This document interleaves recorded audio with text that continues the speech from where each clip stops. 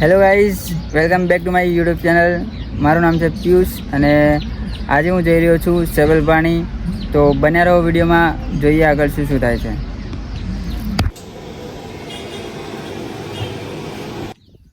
તો ગાઈઝ, અમે નાસ્તો લઈ લીધો છે અને નાસ્તો લઈને હવે જઈ રહ્યા છે સેબલ પાણી. તો બન્યા રહો વિડીયોમાં. ગાઈઝ, ઘણા એડવેન્ચરો પાર કરીને પછી અમે સેબલ પાણી ફાઇનલી પહોંચી ગયા, પણ ફાઇનલી અમારા હાથે સ્કેમ થઈ ગયો. એટલે કંઈ છે જ નહીં. જે અમે જેના માટે આવ્યા હતા ને, પાણી હશે મન માગે, પણ જેવું જોઈએ એવું વ્યૂ નહીં.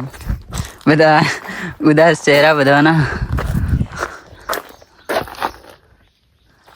બાઇક છે કે આપણે આટલા સુધી લાવી દીધું હોય, હવે પાછું આ રસ્તેથી લઈ જવું પડશે.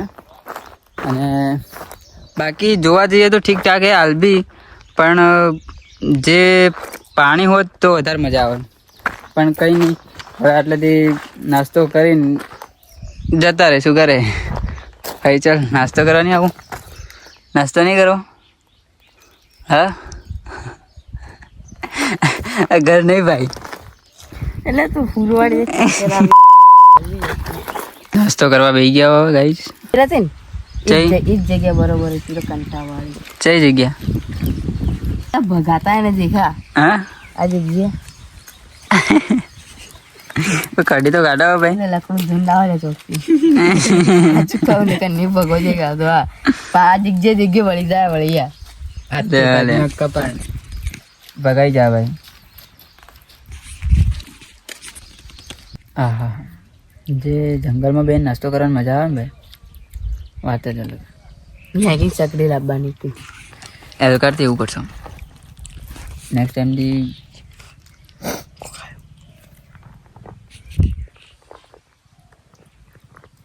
તે વધુ જેટલા જણા આવે છે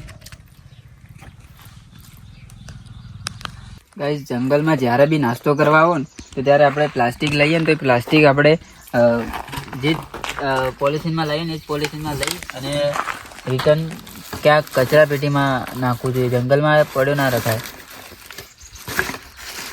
તો આપણે આના ઢગલામાં લઈ લીધું અને હવે રસ્તામાં જ્યાં બી કચરા પેટી કે એવું કંઈ દેખાશે ત્યાં મૂકી દઈશું.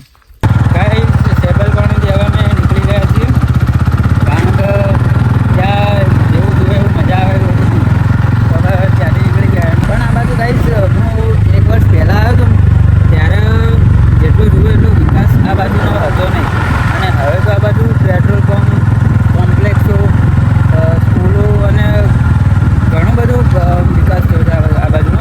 તો તમને બતાવું, તમે જોજો આગળ. અમે હવે આવી ગયા છીએ વિરમપુર.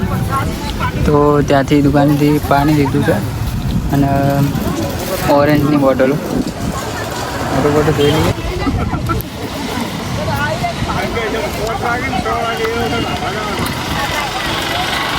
શું કહે ગલબા? હા, હજુ અમે લોકો વિરમપુર આવ્યા અને આગે આના ભાઈ કે માગણ નહીં આવતું. શું કે? હા ભાઈ,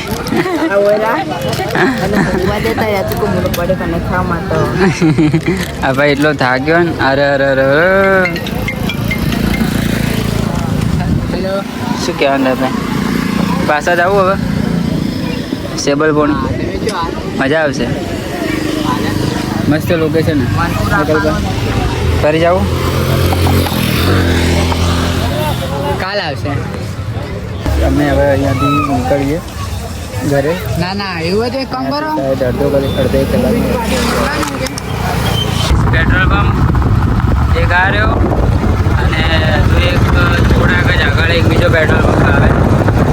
એમ કરીને આટલામાં નજીકમાં 2-3 પેટ્રોલ પંપ છે. કઈ જાય બીજો પેટ્રોલ પંપ આવે, ડાયરા પેટ્રોલ પંપ. તો કઈ આટલે જે પેટ્રોલની જે પ્રોબ્લેમ આવતી હતી એ પ્રોબ્લેમ હવે ખતમ થઈ ગઈ. કારણ કે હવે આટલા પેટ્રોલની તો કોઈ સમસ્યા આવતી જ નહીં. પેટ્રોલ બી અને બાકી પહેલાં ધરાવના જેવો વિસ્તાર લાગતો અને હવે માણસોની અવર જવર બધી એમ કંઈ ડર જેવું લાગે ના, જેમ કે તમે આવી શકો ગમે ત્યારે.